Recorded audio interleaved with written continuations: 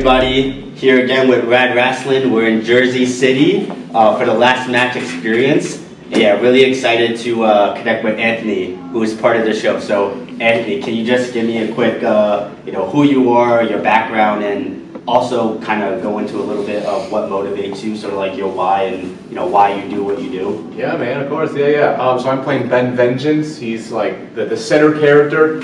Even though I will say this whole entire thing is like an ensemble piece, so everyone has like equal weight to the parts. Every character is like important. So that's really cool to see just how everyone kind of plays together.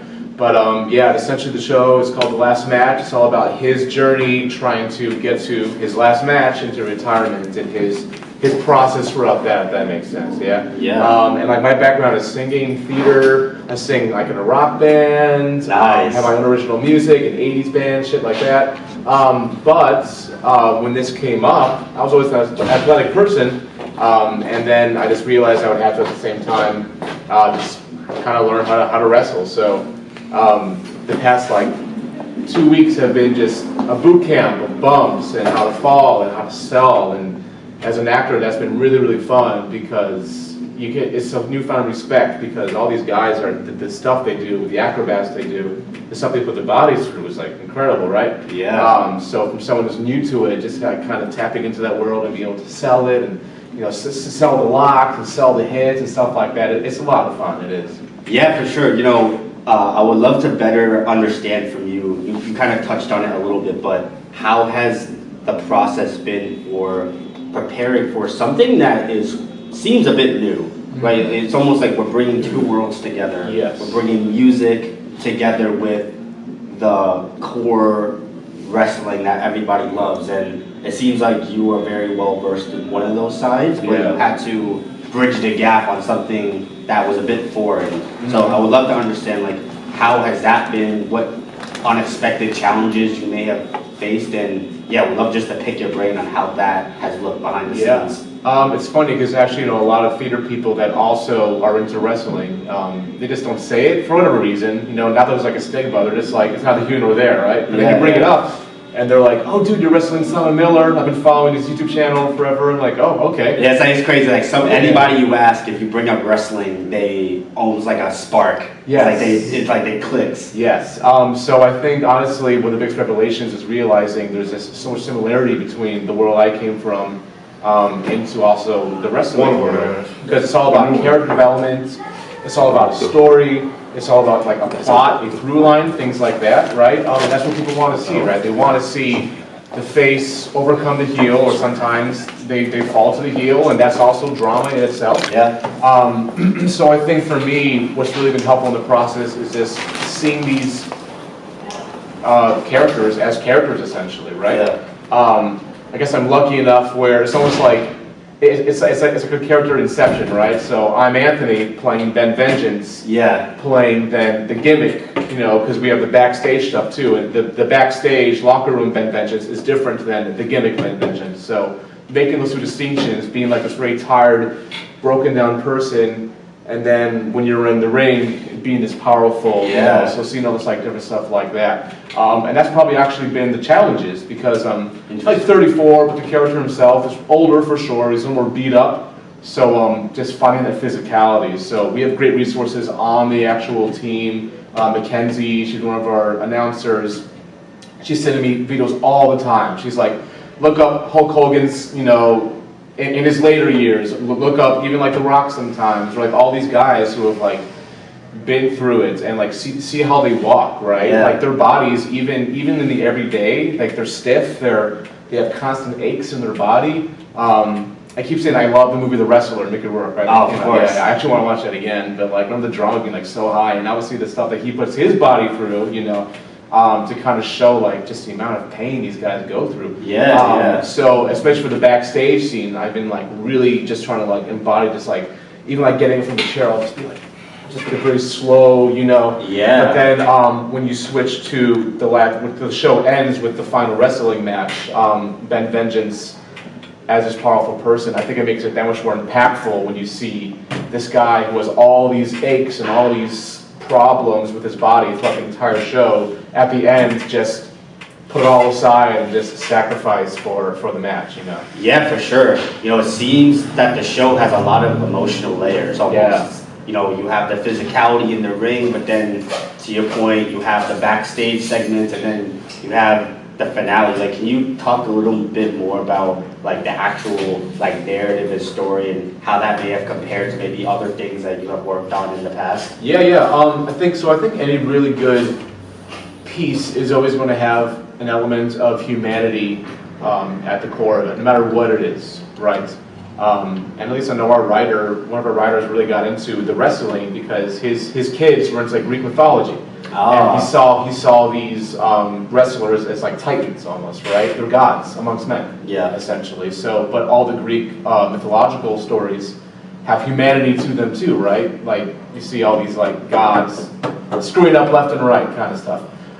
So I think kind of tapping into that has been really beneficial because you do have these people who on stage or in the ring are larger than life, but then in their downtime it goes through their thought process of what it means to be who they are, sacrifices they make. For my character in particular, it's his retirement after 30 years of being, you know, essentially the ringmaster, the ring general. It seems like it's coming to like a pinnacle. Yes. So it raises a lot of questions about identity crisis.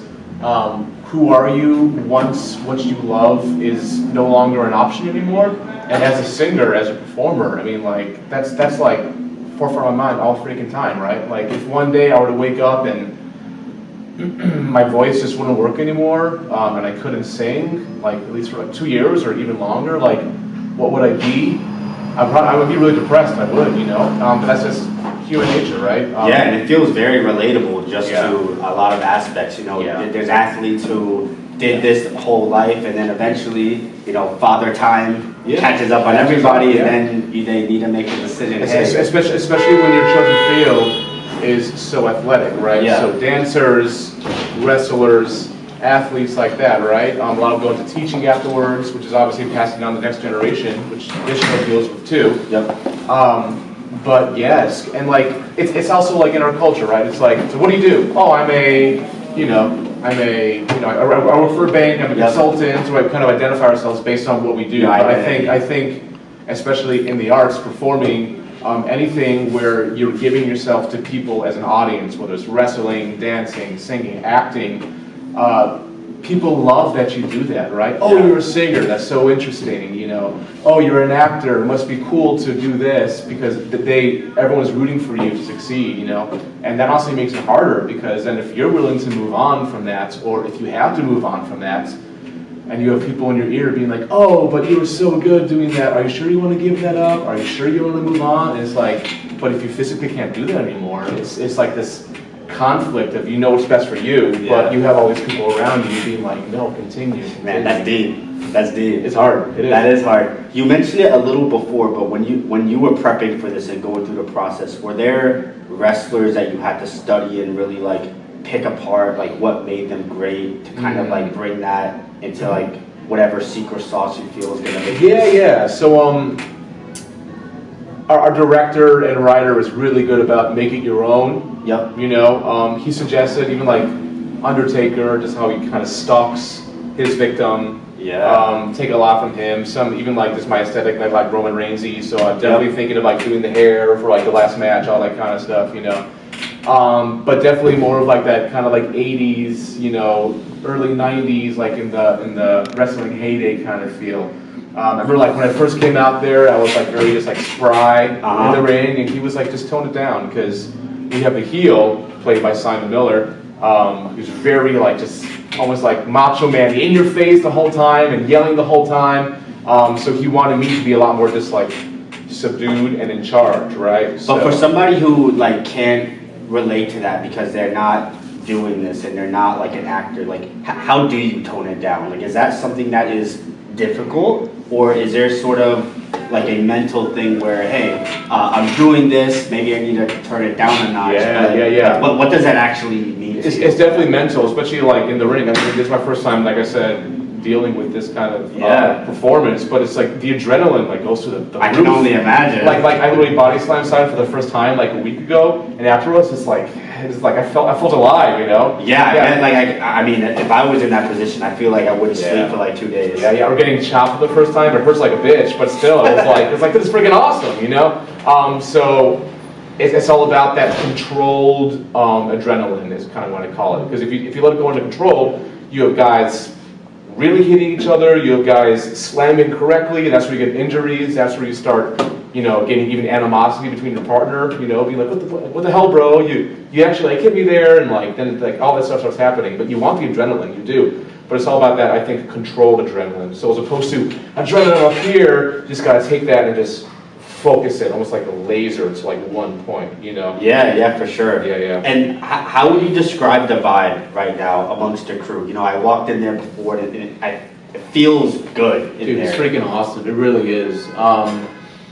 Everyone is out of their comfort zone in one way or another. So we have the singers and the theater actors learning to bump and learning to fall, learning to slam. So obviously for us, that's like a big daunting task. And then you have the wrestlers who now have to, some of them are learning how to sing, how to rap, how to dance somewhat, just like the basic moves here and there, how to act in a scene, things like that. Because obviously if you have your gimmick in the ring, you're improvising, you have your own lines, you have your monologues, but it's different than like being like in an acting scene with someone next to them, you know? They gotta learn like their stage blocking, so like everyone is being pushed in some way beyond what they're used to. So I think that's humbling for everyone, because it's just like, oh, we're all in this like crazy experience together, and there's a lot of bonding because of that, I think. And like our team, like our people at the top, like I said, our director is also like our main producer and our writer, so he's obviously so invested, and he's very much like open to just everyone giving ideas, you know. That's awesome, man. It feels like a it's very collaborative, inviting environment where everybody's calibrated on like the same goal. Like he literally says like good job team, and he means team. Like we're actually a team, like where everyone is just open, and like the script is still fairly new. We're like even if we make a suggestion like, hey, I'm thinking like this line, he's like, yeah, go ahead, do it. Whatever makes it comfortable to you. Like how would you as this character say this line kind of stuff, you know? That's awesome, man. Well, we appreciate the time. What we like to do with everybody that we interview is do a little rapid fire trivia. So I'm just gonna hit you with a couple rapid fires and just like let me know the first thing that comes to your mind. So what is your favorite meal? Oh damn. Like a pasta. Any kind of pasta? Gnocchi. Like a gnocchi, like butter and cheese gnocchi with some like steak in it. Oh, that sounds fire. Favorite show or movie? Ooh, favorite show. I'm liking Fallout right now. It's like rising to be like one of my favorites actually. Yeah, I've heard like really good things. Apparently it's amazing. Favorite wrestler or favorite finisher of a wrestler? Definitely like The Rock. The Rock? Yeah, The Rock bottom is like classic. People's elbow. Sweet, man. Well, that's it. Can you let everybody know where they can find you on like social and how they can like tap in with you? Yeah. So if you literally just type in like on Google, even like the Last Match Experience, even Last Match Musical, even though we're not really a musical, Instagram at the Last Match Experience as well. And you can see all the tour dates there, all the cast announcements. Hopefully you'll catch us somewhere on the East Coast, Absolutely. It was a pleasure. Thanks a lot for your time. Best of luck with everything. Thanks. That's it. Thank you. Turn that shit up. Turn it up. I'm with the radicals. Yeah, I'm clavicle. Let's get it. She got attitude. Goddamn. On your avenue. I'm with the radicals. Oh yeah. Perry Saturn too. Let's get it. I gotta do. What I gotta do. I'm with the radicals. Radical. Perry Saturn too. Perry. Benoit Guerrero too. With that Malenko dude. Let's get it. My shorty go like ooh when I'm in that. You. That's why I gotta do what I gotta do. I'm with the radicals. I'm radical. Feeling tactical. With Randy Savage too. Randy. The gratitude. Yeah, you acting kinda rude. Rude ass. Just the interlude. Let's get it. Don't kill the mood. Yeah. For the streets like food. Yeah. I'm with the radicals. It's sounding classical. I spit them factuals. Bitch like Miss